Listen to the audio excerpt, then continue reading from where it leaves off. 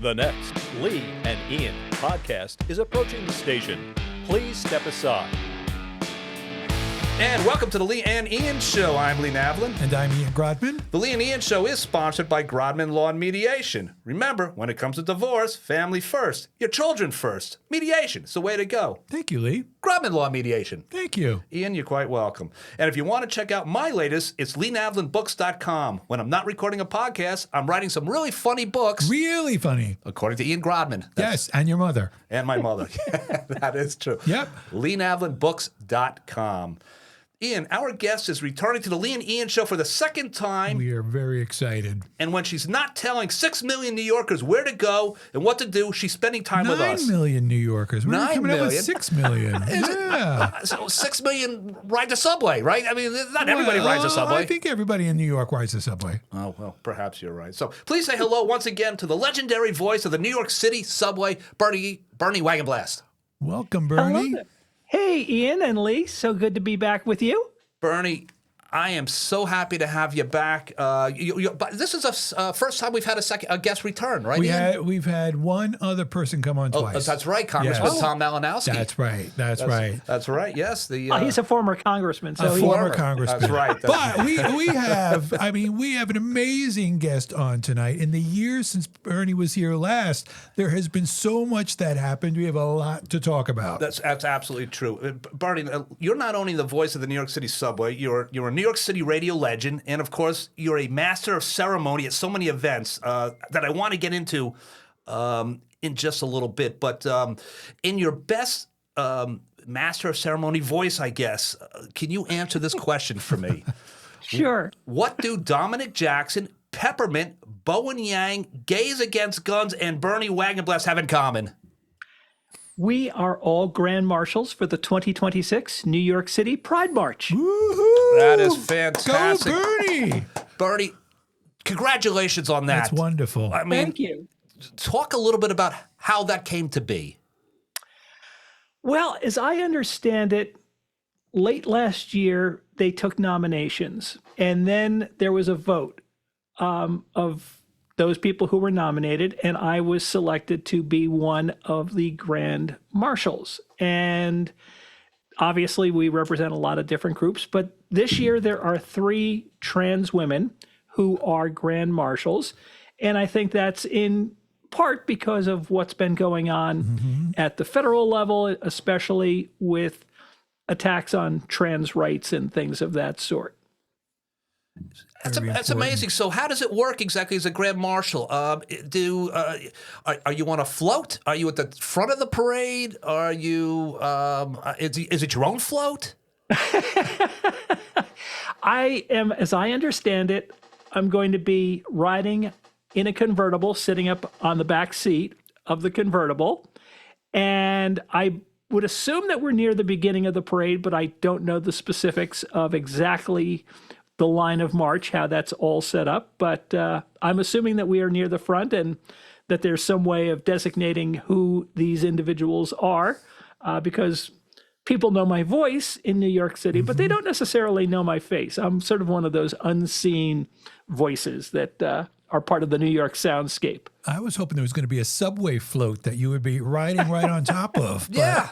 I guess not. Like the Take 7 a train. subway car. Right, yeah. So this is amazing. So the parade is when? It's It's in June. I don't know the date. it's The in, final Sunday in June, I believe that's the 28th, if I remember correctly. what an amazing thing. And so do they provide you with transportation, by the way, to the parade, or is it you have to get there on your own? I mean, you know. Well, I'm going to get there the night before at least, because I don't want to take a chance on something going wrong and not being able to be there. That would be absolutely terrible. Yes, it but would. I will be taking the train, as I usually do when I go to New York City, and staying in a hotel overnight, and Very nice. then transportation, obviously, during the parade. That's smart. You certainly don't want like the 1010 Winds traffic report to tell you, don't take the Lincoln Tunnel. You're not going to get into New York City today. Our Grand Definitely Marshal not. is stuck in the Lincoln Tunnel. Right. Yes, that would not be good. Yep. So, Bernie, again, for those unfamiliar with you, you are the voice of the New York City Subway. Basically, when the train is coming, Bernie is the person who's telling you, back off, the train is arriving, the train is leaving. And Bernie uses much better language than you. She doesn't say, back off. That's right, yes, that's right. Now, It would sound something like this. This might ring a few bells Great. for people who ride the subway. The next downtown one train is approaching the station. Please stand away from the platform edge. So that's what I sound like. And you'll also hear me, by the way. You don't have to go all the way to New York. You can go to Newark Airport, and I am the voice on the air train at Newark Liberty International Airport as well.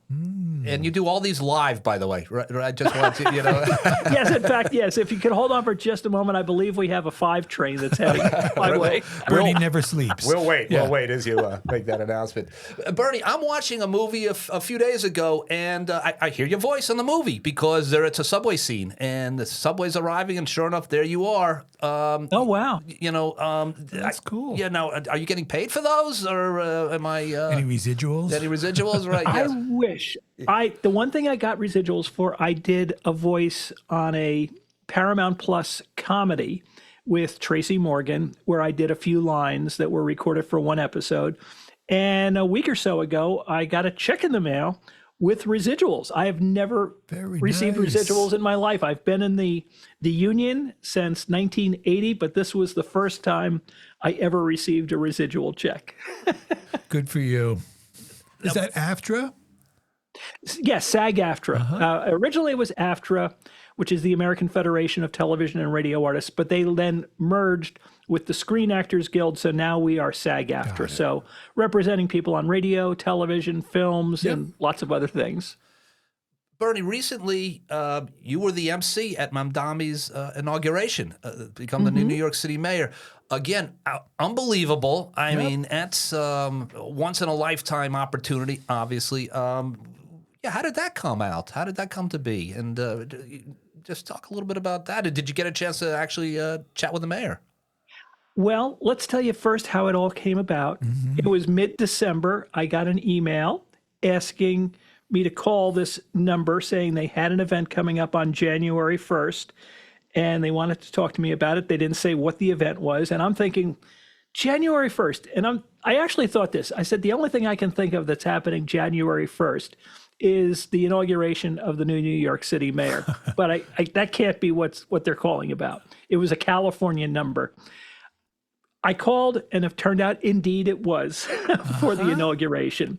So I had to keep it a secret ahead of time, or at least up until a few days before I had to keep it a secret. And I did not get to meet the mayor. I was in City Hall. I got to meet a lot of other cool folks, including Mandy Patinkin and Javier Munoz, who were performing during the ceremony. But I was in a sound booth that was behind the audience. So I was not up there where the mayor and a lot of the other dignitaries were located. That's still very exciting So were to you? be there. Yeah. So where were you? Were you in the? I know he had it underground. Where were you? That was sort of the official, or rather the legal. Gotcha. That was a swearing in that took itself. place at midnight. So once he came, that's Yes. right. Yes, and then when everybody was there on the first, that was. Speaking of This that, was the public. Gotcha. Bernie, have you ever been in that City Hall station and knowing your affinity for transit? Yes, I was. Last year, I went in there for the first time and got a tour of that station. Very It is a cool. beautiful The pictures station. are You can see amazing. it if you stay on a downtown 6 train. After it comes to its last stop at Brooklyn Bridge City Hall, you can stay on the train because it makes a loop to go back uptown. So you can look at it through the windows of the train, but getting out and actually walking through the station was very, very cool. It is a beautiful, beautiful station. Very cool. Bernie, you know what I love about the internet and what I hate about the internet at the same time? Just reading a little bit about that event. This is in LGBTQnation.com. So I'm just reading what they wrote. 34-year-old Zohran Mamdani was officially sworn in as New York City's youngest and first Muslim mayor on January 1st, and the ceremony was narrated by an iconic transgender New Yorker, 69-year-old Bernie Wagenblast, a veteran transportation broadcaster whose voice millions of people hear every day on the New York City subway, came out as transgender in 2023. Why did they have to mention your age? I actually thought that happens a lot of time in print. I don't know exactly why, but obviously it's not a secret. If you go to my IMDb profile or my Wikipedia page, you can find it out very easily. So it's certainly not a secret how old I am. No, and the reason I joke, of course, but you look fantastic. And at 69 years of age, you're still working. You're still a very busy person. You did make the life decision a couple years ago. You went public with it. We talked about it on the last podcast. Since announcing to the world that you are transgender, how has your life changed? It has been far more exciting than I ever could have imagined. I anticipated that I would have general acceptance when I came out to people that I knew, but the love that I felt from New Yorkers in particular has been just astounding to me. I'm a person who would go to maybe one or two Broadway shows a year before I transition. And 2 years ago, I think we talked about this in the last episode, I was asked by Lin-Manuel Miranda and Issa Davis to be part of their Warriors album. And that was my introduction to the world of Broadway. And now I've had these opportunities to get to meet and work with some actors who are involved with Broadway. It is a community that I really did not know personally until just the past couple of years, but they have been wonderful. It is such a diverse and accepting and supportive community that it's amazing to me to be a part of it. And you've even been on the stage recently, haven't you, Bernie? Yes. Yeah. I was one of the guest judges for Cats, the Jellicle Ball, and every performance, they have two guest judges who come on, and it's sort of like pro wrestling. It's already determined who's going to win. But to be, you're introduced and the audience cheers you as you go on stage. That's and then great. You sit there and watch some of the dancers perform, and it's as if it's ballroom, which again was a concept that I was not aware of too much before, where primarily Black and brown trans and gay people would have their own community that they created of dancing and competition and costumes. And this is sort of bringing that to the stage using the Andrew Lloyd Webber musical Cats, which was created back in the early 1980s, sort of as the basis for it. Some of the same character names, but a far different performance than Cats if you saw that musical, the original Cats. Bernie, I apologize. I'm and I think I know, and I was talking to Ian about this. I'm one of these people, and again, I apologize. When I refer to you often, for instance, when you were coming on the podcast, I might have said to Ian, "Oh, he'll be on tonight." He, the wrong pronoun now, and I think I know. Ian always corrects him. Ian always corrects me. Now I know why I'm doing this, Bernie. It's because you still go by Bernie Wagenblast, which is a famous, legendary radio voice name. But I do understand you. Are you still going with Bernie, or have you made a move to maybe? Well, let's put it this way. My legal name is Bernie. I legally changed it to Bernie back in, I think, 2021. Mm-hmm. However, I do have a potential legal name change to Bernadette, but I still would be called Bernie by everybody. Sure. It would Bernadette is the more formal version of Bernie. Right. So that may or may not happen later this year. Bernie, my mother's name was Bernadette, and she went by Bernie very Oh, often. okay. I have to tell you the truth, though. She didn't like being called Bernie. She preferred to be called Bernadette, but she was a Bernadette. But Bernie, Well, whenever I order pizza, I always tell the pizza place it's for Bernadette. okay. The one place where they call me Bernadette is the So when the door pizza opens parlor. up, they're like, wait a second. Yeah, this is for Bernadette. Yes, I'm Bernie. Yeah. Bernie. Yeah, but listen, and I get it. Bernie Wagenblast, Bob Grant, Howard Stern, Don Imus. I mean, these are legendary radio That's it. names. It's You've not an been easy known name to walk forever. away from. Right. No, and it's I'm very comfortable with it. The fact that Bernie is something of a unisex name and can be Right. used by either a man or a woman is good. I'm fortunate that way. It's not quite as unisex as names like Pat or Chris, Right. but it still works. It still works. Yeah. Or Lee, for that matter. There right. we Yeah, go. that's- Right. Lee, generally, if it's a woman, it's spelled Leigh, and Yes. I'm obviously Lee. Since now I went to day camp, by the way, Jeff Lake's day camp when I was a kid, and there was another. Leigh. There was another kid in the bunk, and his name was Lee, Leigh, and so for whatever reason they liked him better than me, and so they started spelling my name like his. And I remember being like 8 years old and being like, "How could you misspell Lee? It's the easiest." You've been having these problems your entire life, Lee. I thought this was a life. recent development. I know. I said, and it was a kid, Ed. I'm like, I can misspell his name next. Right. But anyway, this is bringing back some crazy memories for me, Bernie.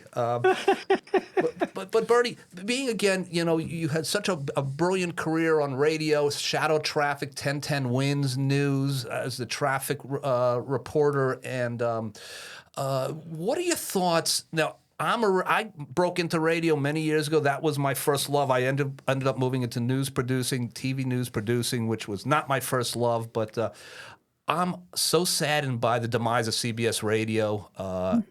Talk a little bit about that. I know you must know plenty of people in the business, and what. Sure. Well, the first blow came when WCBS 880 AM disappeared from the airwaves. I think it was a year ago, August. Yeah. And that was terrible to see happen, because to me it had such a legacy. They did news so well on CBS AM. So that was very difficult to see. And now it's been replaced by sports. And we already have sports on the radio in New York. Yes. And for those who say, well, we already have Wins and WCBS approached all news in two different ways. WCBS was more beyond just the city. I would compare them that the New York Daily News was 1010 Wins, and CBS was the New York Times in terms of their style. They had a lot more features on WCBS. They had more coverage of the suburbs and things of that sort. So that was the first blow. And then to hear a month or so ago that CBS Radio was disappearing, that, again, just very difficult to take, because that's where CBS had its start, was in radio. Back in the 1920s. It's where CBS began, before there was television. So it saddens me to see it go away. Fortunately, ABC is still doing network radio news, but there's not a lot of that, unfortunately. When I was growing up and when you were growing up, you had Mutual, NBC, ABC, Yep. CBS. You had a lot more choices, but now it's down to that. NPR, I think Associated Press still has a network that they do, but that's it's a lot less. Well, I remember when I was breaking into radio, and I told my grandfather, hey, I got a job, working up in Hartford, Connecticut, WCCC Radio, and he was like, and I told him how much money I was making. He's like, "What? Are you out of your mind?" And I said, well, you got to start somewhere. Come into the family business. Right, that's right. And my grandfather did say, he goes, I could see opportunity because everybody listens to the radio in the car, Right, right. And that's what his thinking was. Now we're still listening to radio in the car, but satellite radio and what's your advice to the young guy? Now I know you graduated from Seton Hall many years ago. You were involved with the radio station at Seton Hall. She ran the radio station. That's right. You ran this. Yeah, that's Well, right. I was the station manager, which was the top student position at the time. Yeah. What's your advice to young people who want to break into radio today? What's your thoughts on that? Well, I think first of all, you can't look at a particular medium any longer. Radio, television, newspapers, obviously. Podcasting? Yeah. Well, even podcasting. I think what you have to do is learn how to communicate well, both in the written form and with your voice. How do you tell a story? It's, in fact, at Montclair State, I think they've one of the courses that used to be about radio now has storytelling as part of its title. Interesting. And that kind of covers a lot of different media. And it also can go into areas that have nothing to do with media. Being able to tell a story, a compelling story that people want to listen to, whether you're writing it on a screen, speaking it into speakers, because there's a whole lot that's out there. You know, it's not just satellite radio that's competing, but audio books, podcasts. There's a lot of different choices that people have. And again, when you and I were starting out, radio, when I talk to young people, I explain to them, because they've grown up in a world where we always had the internet and smartphones. I said, radio when I started out was like the smartphone of its day. It's where you turned to hear the traffic, the weather, the time, the sports scores, the headlines. It gave you a lot of the things that you now can just pick up your phone and look at and get on demand. But that's where people turned. And it was a companion too. That was another thing that radio was and still can be. It still is in some cases. But if somebody's getting into the business, I would say don't necessarily aim for a particular medium. Look at it as communication and storytelling and become skilled in that. Yeah, great advice, Bernie. So going back to me, when I was breaking into radio, and I was on the air, I was doing news updates, for a rock station, basically. The 3 people were injured in a shooting on Sisson Avenue, and the producer would say, "You don't really have a radio voice. You got, I don't know what you got," he said to me. You got something going on from New Jersey, and so I would, I tried to, the diaphragm and, the New York City Pride. You're the face for radio. Yeah, I have a face for it. But I tried, to get the deeper, voice, and I never really got it. Now, you've got a beautiful radio voice. Absolutely. How did you train yourself to, what went into all that, I guess? It's not the easiest thing in the world to have a voice that everyone recognizes, a real radio voice, and you have that. I knew from about 5th grade that I wanted to be on the radio. So when I was a kid, talk about being nerdish, I would take the Star Ledger, go down into the basement during the summer because the basement was the coolest part of the house, and practice reading the stories in the newspaper out loud to try to perfect my ability to read out loud, but also to perfect my voice. And at that time in the 1960s, most of the people that you heard on the air, whether it was television or radio, were men.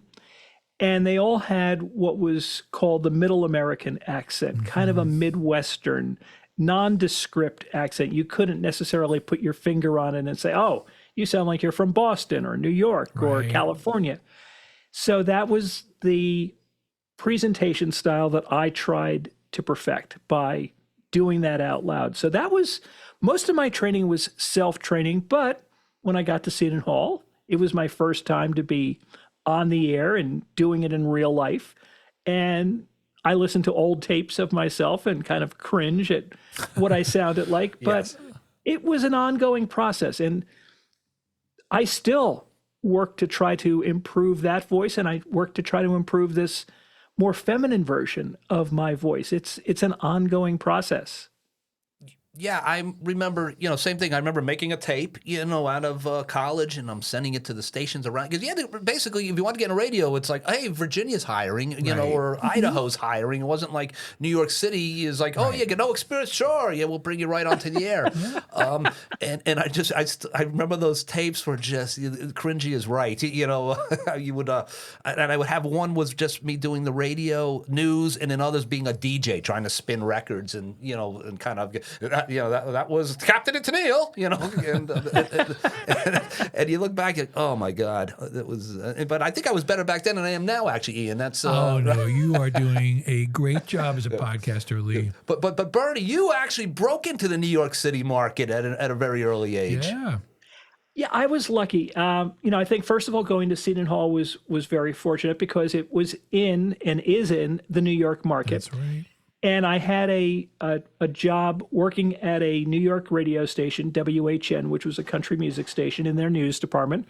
That came about through an older student who was graduating, and she put in the good word for me. But it wasn't an on-air job. I was not ready to be on the air in New York. And so I left that job. And my first full-time job outside of the New York market was at a small radio station in southern Indiana, just across the Ohio River from Louisville, Kentucky. Wow. And it was a great experience, but one that I only did for about 6 months. I knew that this radio station was not long for the world, so I came back home and shortly thereafter was approached by the people who were starting up Shadow Traffic and said, hey, we'd like you to come in for an audition and a little bit of a geographic test. And I passed, and I was very fortunate to be one of the original on-air traffic reporters for Shadow. Story. Yeah, and now, by the way, remember Donna Fiducia? She was the. Oh yeah. I went to school with Donna. Yeah, she lived in Maplewood. Wow. Yeah, that's right. You were both right. She lived in Maplewood, and she was they called her the chopper chick, I guess, basically. That. Yeah. And I didn't know she was from Maplewood. Yeah, she was from Maplewood. She went to. Did she go to Seton Hall? Yeah, she went to Seton Hall. Like Yes, you just said. yep, Yeah. she was- Now, did you ever work with her at all during your years? And she was up in the actual chopper. Yeah, I remember that. Yeah. Well, she started at Shadow the same day I did. So December 3rd, 1979. Wow. She left Shadow and was hired by WNBC Radio to be in the chopper. Uh-huh. And so she worked there. And then she went over to WNEW-FM and was the news director at that radio station for several years.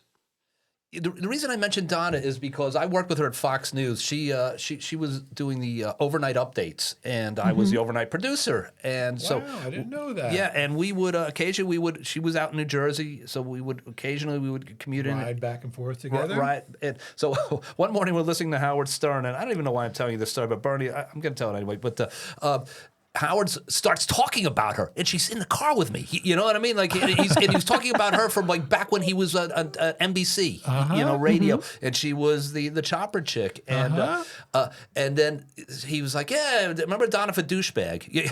Because That sounds like him. Yeah. I'm sitting next to Donna, and I'm looking at Donna, and she's not smiling. She now.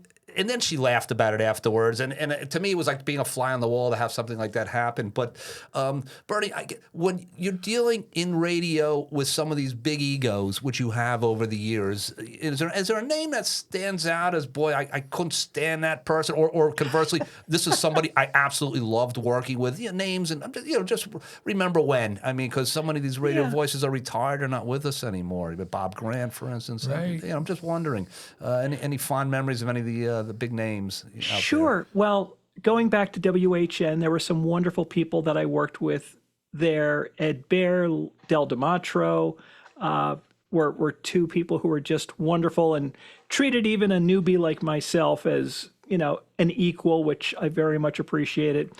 When I was on WABC, I was the traffic reporter for Dan Ingram, who is probably one of the most legendary DJs, top 40 DJs ever to be on the air, New York or anywhere. And he was wonderful, in terms of,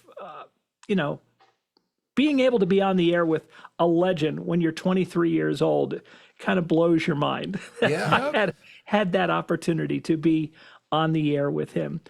And even though I was never on the air with Don Imus, he would be talking to the chopper on their two-way, and we could listen in on the scanner to him, and he would apparently listen to my reports on 1010 Wins, and I would hear him talking to the chopper and say, Shaggle Waggle, that's what he would call me. Shaggle Waggle is reporting such and such, and wanted to make sure that the chopper reporter knew about what what I was saying on the air. So I even had Don great. Imus listening to me. That's great. Yeah, I mean, these are the biggest names in the history of the medium. And I worked with a guy, you might remember him, Bob Lemulik. I think you might. Oh, yeah. Yes, in fact, I'm friends with Bob on Facebook. Yeah, Bobby's a great guy, and we worked at Fox News for many years together. Bob was a 1010 Wins reporter, so And he likes the Lee and Ian show. yeah, and he loves the Lee and Ian show. Yeah. And so he, we would work nights, and then because we for the morning shows, and then Bob would get out there and he would cover radio. The guy just always worked. That's great. And I was once in a bathroom, and the 1010 Wins was piping in, and they had a report from Bob Lemuel. I'm telling the guy next to me, hey, that's my buddy on the radio. And the guy's like, get away from me. But the bottom line. So what I'm getting at here is, are you ever just out there talking at a restaurant and somebody turns and go, wait a second, I think I know who you are, because they recognize your voice? That must have happened to you so many times. Not so much recognizing my voice, but what has happened in the past few years, because as my story has been told in print with photos Right. and with videos online especially, people now recognize me. I was in the city on Saturday, and I had to take the subway from Herald Square down to Broadway Lafayette. And a cop says to me, hey, you're famous, aren't you? And then when I was on the train, 3 people came up to me and said they knew who I was. So now at this late stage in my career, people are recognizing me. But I rarely would be recognized when I was just on the radio, because I think in part, even though my voice was the same, you turn it up a little bit when you're on the air. There's your radio voice that you use, and you're being a little more articulate. You're trying to pronounce better and project better. But people generally did not recognize me just from my voice, but now they do recognize me from seeing me. And that's kind of cool. Yeah. It's very cool. And I imagine too, Bernie, how does it feel now when you go places and you're recognized? And I imagine also, a lot of the work that you've done since you were on the show the last time, quite a bit of advocacy work, right? I know that you're going to be the Grand Marshal. You've been on Broadway. I know that you spoke when there was the issue with the Stonewall Monument being taken down by the Trump administration. Do you feel like a certain responsibility now? And does that go along with this new fame that you've achieved? Yes. When I wrote my coming out letter, I said that I wanted to be an educator. And I anticipated that meant I would be an educator among the circle of people I knew. My own community. I live in Cranford. Within that community, within the transportation and broadcast communities that I still have friends in, that would be the extent of it. I have been blown away that I've been on this platform because of my work on the subway, where it's been national and even international coverage of my story. And what I've tried to do is to use that platform wisely to advocate, but not be political. I still consider myself a journalist. I still do transportation journalism. So I try not to be overly political with what I say. I don't talk about particular individuals, but I talk in general terms. And I want people to see me as just one person. And in some cases, I am maybe the only person that they know who is trans. Mm-hmm. And to see that we are just another person, trying to do the same things that everybody else is doing, enjoy life. My whole identity is not about being trans, and that's true for most trans people. We have homes, we have families, we have jobs, we have all these different aspects that every individual has in their life. And I'm in this unique position because if you take the subway to and from work and school, chances are you hear me twice a day. That's right. That I am one of the most visible, in a sense, trans people in New York because of that. And that gives me a heightened visibility, but I feel personally it gives me a responsibility to use that platform wisely. What was the quote from, I think, one of the Spider-Man movies when, Peter Parker first learned that he was Spider-Man? His uncle said something to him about with great power comes great responsibility. Right. Well, I don't have great power, but with great visibility comes great responsibility. That's a good way to And I look at want to it. use that as best I can. So I try to be careful with what I say, but I also try to be very visible in a positive way. That's great. Bernie, as a teenager, you called Paula Grossman, the only openly trans woman that you knew. You called from a payphone to try and find support, according to Wikipedia, by the way. Now, so at an early age, you kind of felt something was kind of happening here, but years later, you later confided, years later, that you are in fact trans. Now, being that you were reaching out to a potential mentor, I would imagine you've become a mentor for. Yeah, yes, I have. And I've known from my earliest memories that I was trans. Obviously, I did not use that word because transgender wasn't even invented until the mid 1960s and didn't come into popular use until maybe the 1980s. But I knew that I felt as if I were a girl when I was a kid. Okay. So there was no awakening, so to speak.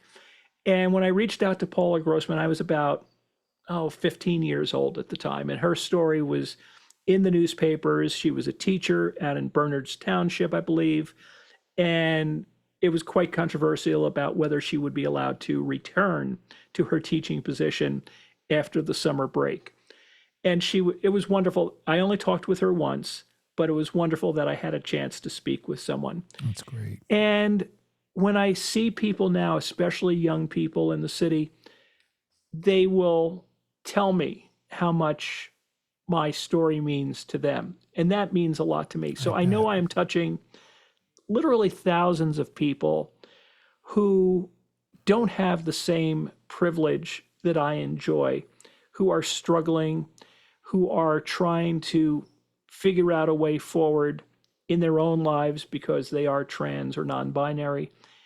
And if I can provide encouragement, either individually, I certainly talk with a lot of people, but even if it's just them hearing my story and seeing I only transitioned when I was 66 years old, that if I were growing up today, I'm pretty sure I would have transitioned as a young person. And I believe my parents would have been supportive if I were a young person today. But I wasn't, and I was able to build my career, and as a result had a lot of privilege. So I want to use those years that I have to help younger trans people, because especially young trans people feel threatened with a lot of what is going on, particularly at the federal level, but even in a lot of the more conservative states around the country. I've been fortunate that my story, I did a piece on CBS News, and that meant that it was airing on CBS stations all over the country. So people in Florida and in Oklahoma and in Idaho were able to see that story. And if they were able to get some encouragement, and of course these days, everything is online. So stories about me can be read just about anywhere in the country with a computer. So I hope that provides encouragement that if you aren't able to transition when you're 16 or 20 or 25, that doesn't mean you won't ever be able to transition. I had to wait 66 years, but it was so worthwhile transitioning. I am so glad I did it. And again, it gave me this platform that I wouldn't have had otherwise. That's wonderful. I know this week in New Jersey, Bernie, that there is legislation that started moving through the state legislature to put further protections in place for transgender people with what's going on at the federal level. Were you involved at all in that, or were you consulted about any of that? I have had opportunities to get involved with it. In fact, I actually did something maybe it's 2 years ago now, where News 12 was doing a story about me, but they were also preparing for an Ask the Governor show that they did, a live Ask the Governor show, and Governor Murphy was in office at the time. and they asked me if I wanted to record a question for the governor. So I did ask him about that, because what they are codifying now is basically an executive order that Governor Murphy signed several years ago. Got it. And my question to the governor was, can we make this a law? Because an executive order only has power as long as the governor, That's whoever right. happens to be the governor, decides that they want to keep that executive order in effect. So by the legislature hopefully passing this, then it will become law, and it will not be as easy for a future governor to supersede what is then a law. I'm glad you asked that question. Thank you. Yes. You're welcome. Bernie, so when you're on the float, as a grand Which is not marshal, going to be a subway car. Which is not going to be subway. Now, we want our audience to shout out to you and let them know that they're there and they are a fan of the show. So, Lee and Ian, they yell that out. You'll wave back. Thumbs No pressure, up. Bernie. No pressure. Yeah. No. Yeah, we're looking for as many thumbs up as we can get. But Bernie, I'm just so happy for you. I've known of you for so many years. I was a listener, and then we became friendly on Facebook. And Bernie sends out a happy birthday greeting every year to the Facebook friends that he really likes. And she Bernie, yes. There we go again. There we go, Bernie. I apologize. But I'm just reading real quickly about Paula Grossman, by the way, who you reached out to many years ago. Grossman was born in 1919, actually served in the Army during World War II. She earned a master's degree in music and education, and then she became a teacher. Do you know her most famous student? This is just see how much Bernie knows about her Meryl So I Streep. looked at Wikipedia today, too, so I do know who her most most famous famous It student was was. It was Meryl Streep. Meryl Streep. Yep. That's right. Yep. That's right. And here you are keeping the name Paula Grossman alive for That's wonderful. the next generation, Bernie. Yeah. So really do appreciate that, Bernie. So I know you do you do some stuff for Cranford. Before we go, just want to talk a little bit about what you're doing for your Bernie's town. lived in Cranford her whole life, and Yeah. it's very important to her. Well, So most of it. I there's a few times I've lived outside of Cranford, Okay. but the vast majority of my life has been in Cranford. Yep. And you're doing you do a Cranford-based podcast as well, on top of everything else you're doing, right? Yes, in fact, I know the listeners can't see this, but you can see it. I switch my little mic flag around, and it turns into Cranford Radio. So I do. I haven't been doing it right now, only because I'm getting ready to move, and there's just so much to do with a move that I haven't had time to do the Cranford Radio podcast. But I also send a weekly email update that has a rundown of things that are happening around town for the next month or so. So that's a way that I kind of help to publicize a lot of things that are going on in town. Well, I appreciate you coming on our podcast because I know you're short on time right now with so much. You got the move going on. You've got a lot going on in your career. We had a technical issue that kept us for the first Yes. 20 minutes. We Thank you couldn't for get your to air. patience, Bernie Bernie. was very patient Yes. as I was trying to figure out how to get the microphone on. Lee was sweating over here. It's getting a little nervous. Yeah. But that's as I joked. We had three people from the 20th century trying to figure out There we go. 21st century Right. technology because Bernie is actually we're piping Bernie. Bernie in. got it, but she wasn't in the room with us. No, so, no. yeah. This was all my fault. Yes, so I do apologize for that, Bernie. And I was completely helpless. So. Yeah, you helped a little bit. You said, "Come on, Lee, let's go."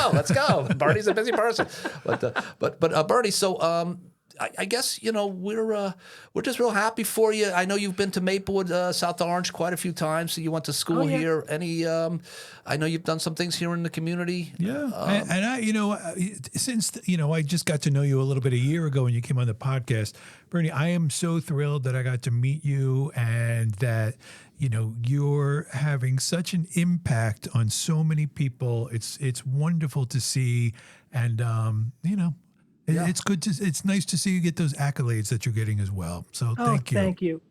And again, Cranford is not that far from Maplewood and South Orange, so I do get up there fairly often. Last year, I was honored to be invited to be a speaker at, I believe, what they call the Lavender graduation that they have at Columbia High School. Yep.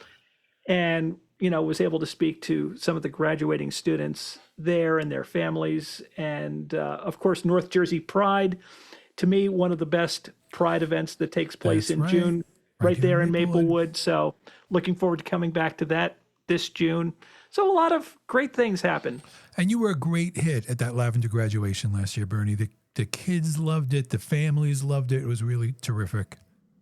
I was honored to be invited to be a part of it. And I joked that I also went to CHS and I was also a cougar, but it was a different set of cougars and it was a different CHS. Got it. Yep. And Bernie, family's well, daughters are well, everyone's good. All the Wagenblast. Everyone is doing very well, thank you. Good. Fantastic. Any grandchildren? Oh yeah, I've got 7 grandkids. Congratulations. 7, Thank did you. you say? 7, yep. Wow. Okay. All right. Yeah. Ian and I, we got to get our kids on that. Yes, we got to get our kids moving on that. Yeah, combine 0 grandchildren I'll here. be in a wheelchair by the time I have grandchildren. Well, Bernie, again, we really appreciate you coming on to talk a little bit about what's going on with you. And as I said, I'm a huge fan, have always been, and will always be. So, And I have been this last year. Thank you, Bernie. yeah, so Oh, thank you both for having me on the podcast. I love the opportunity to chat with you. It was really fun. all right. Well, I guess, Ian, until we do it again. I guess till we do it again. All right. Bernie, thank you again. And Thank you, Bernie. good night, everybody. You're welcome. Good night.